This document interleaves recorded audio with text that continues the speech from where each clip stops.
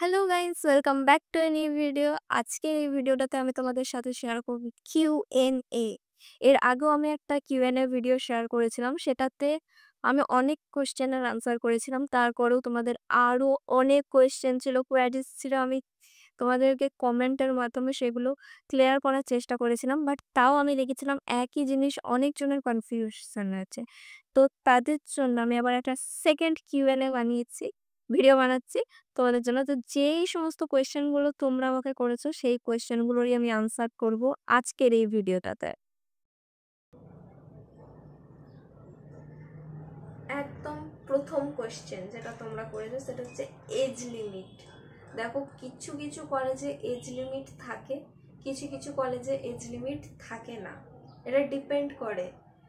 Hardly আমি দেখেছি age limit যেই কলেজে আছে সেখানে এজ লিমিট দিয়ে দেয় 30 অবধি, বাট বেশিরভাগ প্রাইভেট কলেজে এজ লিমিট কোনো কিছু থাকে না। এরপর হচ্ছে ইউনিভার্সিটি।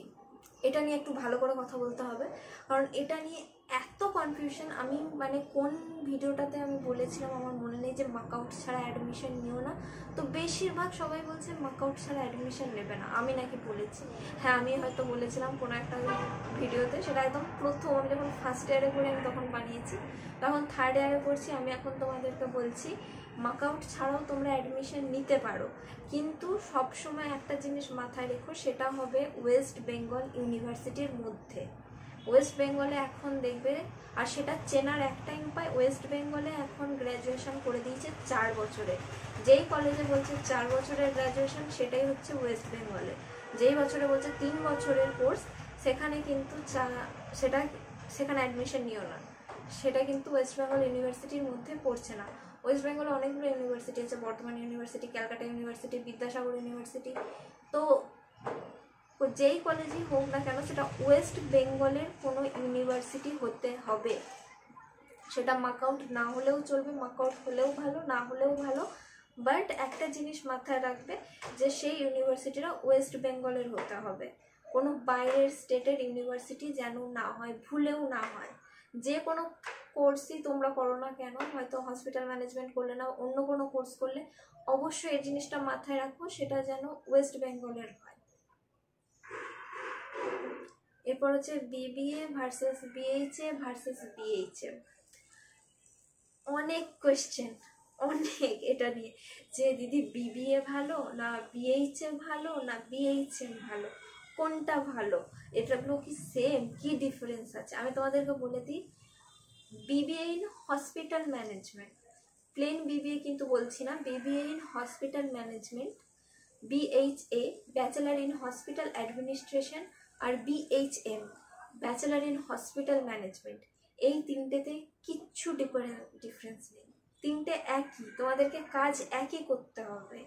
তো তোমরা যেই কলেজটা চুজ করেছো সেখানে যদি এই তিনটের মধ্যে থাকে, সেটা যদি ওয়েস্ট বেঙ্গল ইউনিভার্সিটির আন্ডারে হয়, তাহলে অবশ্যই অ্যাডমিশন নিয়ে নাও, কোনো রকম কোনো সমস্যা হবে না। তিনটে একই, কোনো ডিফারেন্স নেই। তোমাদেরকে সেম জিনিসই পড়াশোনা করতে হবে, সেম ট্রেনিং করতে হবে, সেম জবই করতে হবে। একটাই জিনিস, সেটা হচ্ছে হসপিটাল ম্যানেজমেন্ট। সেটা অনেক রকম এখন নাম দিয়ে দিয়েছে এক একটা ইউনিভার্সিটি। একজন দিয়েছে বিবিএ ইন হসপিটাল ম্যানেজমেন্ট, একজন ব্যাচেলার ইন হসপিটাল অ্যাডমিনিস্ট্রেশন, আর একজন দিয়েছে bachelor in hospital management, but জিনিসটা সেম, কনফিউজড হয়েও না। এরপর হচ্ছে ইন্টারভিউ। ইন্টারভিউ নিয়ে আমি বলি, ইন্টারভিউ তোমাদের যদি কলেজ থেকে যে মক ইন্টারভিউ হয় সেখান থেকে অলরেডি তোমাদের প্র্যাকটিস হয়ে যাবে যদি তোমরা ভালো করে দাও তো। বাট ইন্টারভিউ টোটালি ইংলিশে হয়, কিছু কিছু জায়গায় বাংলাতেও নেয়। জবের জন্য ইন্টারভিউ আমিও দিয়েছি, কিছু কিছু জায়গায় আমাকে ইংলিশে কোয়েশ্চেন করেছে, কিছু কিছু জায়গায় বাংলাতেই কোয়েশ্চেন করেছে, যে বলো কী কাজ করেছো না করেছো, কী শিখেছো না শিখেছো, এরকম করে। তো এবার এটা ডিপেন্ড করে যে তোমরা কোথায় ইন্টারভিউ দিতে গেছো। বেশিরভাগ সবসময় টপ প্রায়োরিটিতে ইংলিশই রাখো, আর ইন্টারভিউতে সব কি বলবো, বেসিক কোয়েশ্চেন্সই থাকে। তো সেই কোয়েশ্চেনগুলি প্রিপেয়ার করো। যারা ইংলিশে খুব কাঁচা, হয়তো ইংলিশ খুব একটা ভালো পারো না, তাদেরকে আমি বলে দিই ইন্টারভিউয়ে খুবই জেনারেল কোয়েশ্চেন্সই করে, যেটা তোমরা গেস করবে সেরকম কোয়েশ্চেন্সই হয়। টেল মি অ্যাবাউট ইয়োরসেলফ, আরও অনেক কিছু। তো তোমরা সেই কোয়েশ্চেনগুলোকেই প্র্যাকটিস করো, যে তোমরা যখন ট্রেনিং করবে ট্রেনিংয়ে কী শিখেছো না শিখেছো সেটা ইংলিশে একটা সুন্দর করে লেখো, এবার সেটাকেই মুখস্থ করে মানে প্র্যাকটিস করে রাখো। বাংলাতে বলতে দিলে তো ভালোই, বাদ বাকি যদি বলতে না দেয় সেক্ষেত্রে আমি বললাম তোমরা অবশ্যই প্র্যাকটিস করে রেখো। আর ট্রেনিংয়ের টাইমেও কিন্তু ইন্টারভিউ হয়, কিন্তু সেরকম চাপের কিছু হয় না, শুধু বলে tell me about yourself, why you choose hospital management, what is your hobbies, এইসবই। কিন্তু তারপর যদি তোমরা সেকেন্ড কোনো ইন্টার্নশিপে যাও সে তখন কিন্তু তোমাদেরকে জিজ্ঞেস করবে যে আগের ইন্টার্নশিপে কী করেছো, what you have learn in previous internship, তখন তোমাদেরকে বলতে হবে। তো ফার্স্ট ইন্টার্নশিপ যা হোক করে তোমরা পেয়ে যাবে, সেকেন্ড ইন্টার্নশিপের টাইম থেকে তারপর থেকে যখন জবের ব্যাপার আসবে তখন থেকে তোমাদের ভালো করে প্র্যাকটিস করে রাখতে হবে। আমার সাথে এটাই হয়েছে। টিউশন, আমি কোনো টিউশন পড়ি না, আর টিউশন লাগেও না। প্রাইভেট কলেজে হসপিটাল ম্যানেজমেন্টে ফিজ হচ্ছে 3 লাখের কমে নেই। তো আমি যখন 3 লাখ টাকা কলেজকে দিচ্ছি এত টাকা, আর এই 3 লাখ টাকার মধ্যে একটা ফিজ থাকে সেটা হচ্ছে টিউশন ফিজ। তো আমি যখন দিয়ে এত টাকা দিচ্ছি আমি আলাদা করে কেন টিউশন পড়বো? আমার কোনো প্রাইভেট কলেজেই আমি যতদূর জানি টিউশন নিতে হয় না। তোমরা যদি নাও সেটা ভালো ব্যাপার, বাট আমি তোমাদের সাজেস্ট করবো তোমরা যদি কোনো প্রাইভেট কলেজে পড়ছো, বেশিরভাগ প্রাইভেট কলেজেই পড়বে, তো কোনোভাবে টিউশন নিও না। তোমাদের যা কলেজে পড়াচ্ছে সেটাতেই মনোযোগ দাও, টিচাররা যা সাজেশন দেবে তার মধ্যে থেকেই আসবে। তো অবশ্যই যারা কলেজে পড়ানো হচ্ছে সেটাই পড়ো, টিউশন নিতে যেও না, শুধু ফালতু খরচা ওটা। কম্পিউটার নলেজ, যেটা আমার মধ্যে নেই, একটু একটু আছে এখন। কম্পিউটার নলেজ একটু লাগবে, তোমাদের ডিপার্টমেন্টের উপর ডিপেন্ড করছে, বাট যেই ডিপার্টমেন্টেই হোক না কেন একটা এন্ট্রি তো তোমাকে করতেই হবে কম্পিউটারে। তো কম্পিউটার বেসিক জিনিস লাগে, খুবই বেসিক। তোমরা যে ছ মাসের ডিপ্লোমা কোর্সগুলো হয় না কম্পিউটারে, সেগুলোতে অ্যাডমিশন নিতে পারো, বা যেই ইউটিউব দেখে দেখে তোমরা কম্পিউটার একটু শিখে নিতে পারো। কম্পিউটার নলেজ সেরকম লাগে কিছু কিছু ডিপার্টমেন্টে, একটু কম্পিউটার নলেজ থাকলেই হবে। স্যালারি নিয়ে আমি কিছু বলবো না তোমাদের, কারণ এটা নিয়ে আমি অলরেডি অনেক কিছু বলে দিয়েছি, অনেক কথা শুনতে হয়েছে সেটার জন্য আমার। আর আমি তোমাদেরকে বলে দিই ওটাই সত্যি, ঠিক আছে? তো স্যালারি নিয়ে আমি আলাদা করে এই ভিডিওতে কিচ্ছু বলছি না, আমার যা বলার আমি অলরেডি একটা আলাদা ভিডিও করে বলে দিয়েছি স্যালারির ব্যাপারে, তো তোমরা সেটাতে দেখতে পারো। আমি যদি এটাতে স্যালারির ব্যাপারে বলতে যাই তাহলে আমার কি বলবো, আধা ঘন্টা হয়ে যাবে এটাতে। সিলেবাস অ্যান্ড নোটস, সিলেবাস তোমাদের কলেজ থেকেই দিয়ে দেবে, নোটসও কলেজ থেকেই প্রোভাইড করবে। আর কীরকম কি সিলেবাস হয়, কীরকম কি নোটস হয় সেটার জন্য আমি একটা ভিডিও বানিয়েছি, হসপিটাল ম্যানেজমেন্টের বুকস নিয়ে কি স্টাডি হয় সমস্ত কিছু নিয়ে আমি একটা ভিডিও বানিয়েছি। তো দুটো ভিডিও আছে মনে হয়, সেই ভিডিওগুলো তোমরা দেখতে পারো। তো তোমরা সেখানে দেখবে যে কী কী সিলেবাস আছে আমার, কী কী বই আমাকে পড়তে হয়, কী কী নোটস আছে, আমি সেগুলো সমস্ত কিছু তোমাদেরকে শেয়ার করেছি। তো তোমরা অবশ্যই সেই ভিডিওগুলো একটু চেক করতে পারো। ইংলিশ কি খুব কঠিন? এটা নিয়ে অনেক কন্ট্রোভার্সি আছে, আর অনেকজনের সাথে আমার ঝগড়াও হয়ে গেছে কমেন্টে। আমি তোমাদেরকে বেসিক্যালি একটা কথা বলে দিই, ঠিক আছে? আর একটা উদাহরণও দিচ্ছি, এটা একটু লং হবে এর আনসারটা। ইংলিশ তোমাদের শুধু পড়াশোনার ক্ষেত্রেই লাগবে আর ইন্টারভিউয়ের ক্ষেত্রে লাগবে। তোমাদের মুখে স্পোকেন ইংলিশ কিছু বলতে হবে না, ইন্টারভিউয়ের সময় তোমাকে শুধু বলতে হবে।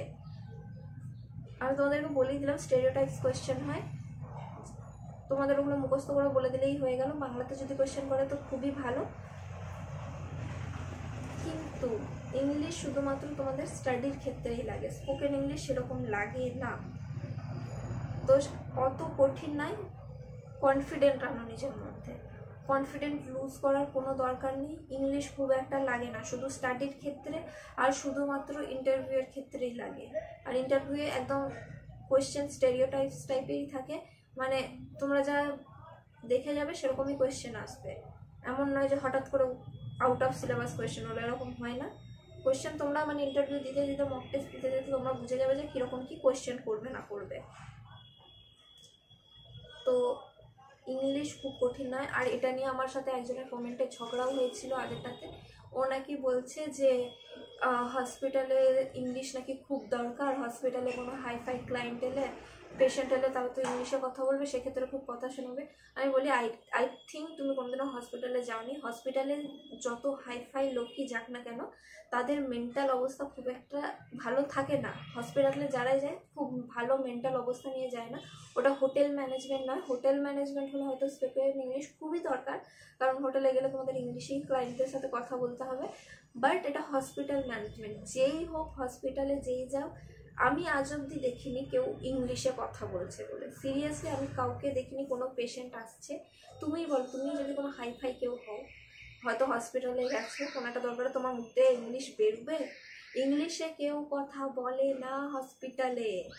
নো ওয়ান হসপিটালে কেউ ইংলিশে কথা বলে না, বরং উল্টে যদি তুমি কিছু ভুলভাল করো সেক্ষেত্রে উল্টো গালাগালি শুনতে হবে তোমাকে। ভালো বাংলা ভাষায় গালাগালি শোনাবে তোমাকে, কিন্তু ইংলিশ শোনাবে না। তো সেটা নিয়ে ভেবো না। ইংলিশ শুধুমাত্র স্টাডির ক্ষেত্রে আর শুধুমাত্র ইন্টারভিউয়ের ক্ষেত্রেই দরকার। তোমরা যখন হসপিটালে যে এক্স্যাক্ট কাজটা আছে, যে এক্স্যাক্ট কাজটা তোমরা করবে, সেক্ষেত্রে কিন্তু তোমাদের কোনো রকম ইংলিশ দরকার হবে না। সেখানে তোমাদের বাংলাতেই কথা বলতে হবে, বাংলাতেই কাজ করে যেতে হবে। তো তোমাদের কনফিডেন্স লুজ করার কোনো দরকার নেই। আর এসব কমেন্ট দেখেও তোমাদের মানে কি বলবো, ভয় পাওয়ার কিচ্ছু দরকার নেই। পড়াশোনার চাপ কেমন? মিডিয়াম। এবার এটা ডিপেন্ড করছে কে পড়ছে। তারপর অনেকজনের খুব হাই মনে হয়, অনেকজনের খুব লো মনে হয়। বাট আমি যদি বলি, আমি যে অ্যাভারেজ স্টুডেন্টদের ক্ষেত্রে বলছি, যদি তুমি অ্যাভারেজ স্টুডেন্ট হও, মোটামুটি পড়াশোনা করে পাস করে যাবে, কোনো রকম সমস্যা হবে না। অ্যাভারেজ স্টুডেন্টদের ক্ষেত্রে অ্যাভারেজ ওই পরীক্ষার আগে পড়লেই ঠিকঠাক হয়ে যাবে। যা সাজেশন দিয়েছে সেগুলো একবার পড়ে নিলেই একদম পাস।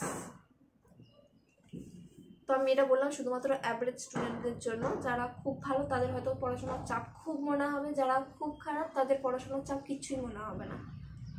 তো যারা অ্যাভারেজ তাদের ক্ষেত্রে আমি এটাই বললাম। ল্যাপটপ দরকার? নো, ল্যাপটপ দরকার নেই। যদি তোমার কেনার সামর্থ্য থাকে তাহলে কেনো। আমিও ল্যাপটপ কিনেছিলাম, বাট সেটা আমার নিজস্ব পার্সোনাল দরকারে, বাট ইউটিউবের জন্য। বাট তোমাদের হসপিটাল ম্যানেজমেন্ট পড়াশোনার জন্য কোনোভাবেই ল্যাপটপ দরকার হয় না। প্রেজেন্টেশন আর বানাতে হয়, সেটা কলেজ থেকেই হয়ে যায়। প্রেজেন্টেশন আর যা সব বানানো হয় ফ্রেন্ড গ্রুপের মধ্যেই তোমাদের হয়ে যাবে। শুধু শুধু একটা ল্যাপটপ অনেক দামি। যারা আর্থিকভাবে পিছনে আছো তারা কোনো ল্যাপটপ কেনার জন্য বায়না করো না। ল্যাপটপ তোমাদের দরকার হবে না হসপিটাল ম্যানেজমেন্টে। তো এই ছিল আজকের ভিডিও। এই ভিডিওটাতে আমি রিসেন্ট যে সমস্ত কোয়েশ্চেনগুলো পেয়েছি সেইগুলো নিয়ে আমি তোমাদেরকে একটা ডিটেলসের ভিডিও বানিয়ে জানালাম। আর এরকম কিউএনএ ভিডিও আরও আসবে। এই ভিডিওটা আরও অনেক লং হয়ে যাচ্ছে বলে আমি একটাই করলাম। আর এরকম আমি পার্ট 1, পার্ট 2, পার্ট 3 করে আরও অনেক কিউএনএ ভিডিও আনবো। ইন্টার্নশিপ রিলেটেড একটা কোয়েশ্চেন অ্যান্ড আনসারের কিউএনএ ভিডিওস আনবো। তো তোমরা অবশ্যই চ্যানেলটাকে সাবস্ক্রাইব করে দিও। তো টাটা গাইস, দেখা হচ্ছে পরের ভিডিওতে। টাটা।